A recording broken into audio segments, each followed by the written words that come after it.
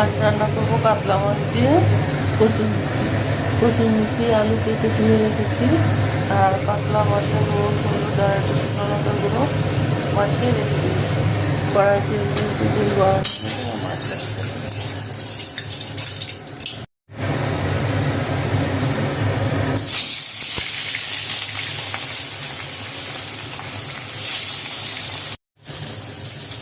মাছটা সুন্দর করে ভাজা হয়ে গেলে মাছটাকে তুলে নেব।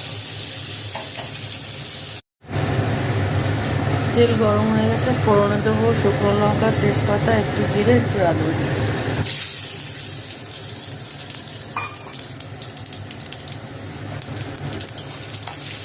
ফোড়নটা ভাজা হয়ে গেলে কচুরমুখী আলুটা দিয়ে দেবো। কচুরমুখী আলুটা দিয়ে দিয়েছি। আলুটা একটু সুন্দর করে ভাজবো, দিয়ে তারপরে একটু ধীরে ধীরে একটু ধরে ধরে লবণ দিয়ে গরম জল, কাঁচা লঙ্কা দেবো, পরিমাণ মতন লবণ, হলুদ, জিরের গুঁড়ো, ধনের গুঁড়ো, শুকনো লঙ্কার গুঁড়ো, কাঁচা লঙ্কা। এইবার একটু জল দিয়ে এটাকে ভালো করে কষিয়ে নেব।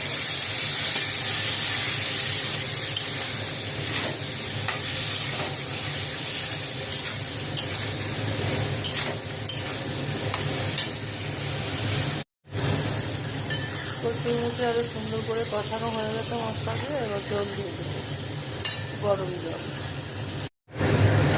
পরিমাণ মতন জল আর মাছটা দিয়ে দিয়েছি। এবার ঢাকা দিয়ে রাখবো, চাল হবে, সিদ্ধ হয়ে যাবে। কচুরমুখী আলুর তরকারি আমার হয়ে গেছে, এবার নামিয়ে দেবো।